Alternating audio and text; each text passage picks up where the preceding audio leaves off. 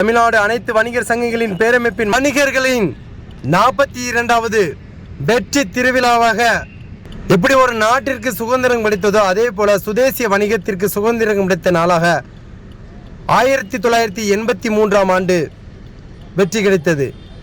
அத்திருவிழாவை நினைவு கூறும் விதமாக மே 5 ஒவ்வொரு இடங்களிலும் நம் வணிக சொந்தங்கள் கொண்டாடி கொண்டிருக்கின்றோம்.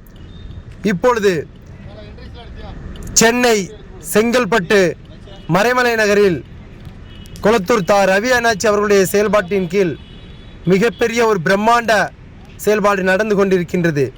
தமிழ்நாட்டில் இருக்கின்ற ஒட்டுமொத்த வணிகர்களையும் பாதுகாப்பதற்காக வணிக சங்கங்கள் ஒன்று சேர்ந்து வந்து கொண்டிருக்கின்றோம். எப்பொழுதும் வணிகர்களுக்காக குரல் கொடுக்கும் சுதேசிய வணிகத்தின் தலைவன் சுதேசிய நாயகன் தா வெள்ளையனையா அவர்களுடைய அன்பு கட்டளைக்கு இணங்க செயல்படும் செயல்பாட்டு வீரன் கலனி வீரன் என்றும் கரைப்படியாத உள்ளம் தெளிந்த எண்ணங்களோடு பதிவிறக்கம் செய்வேன்.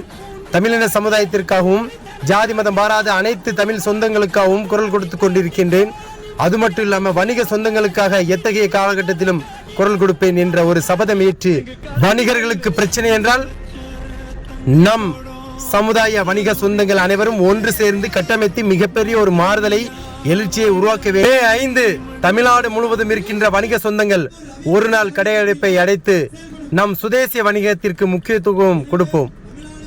ஒன்று சேர்வோம், வென்று காட்டுவோம். வாழ்க சுதேசிய வணிகம்.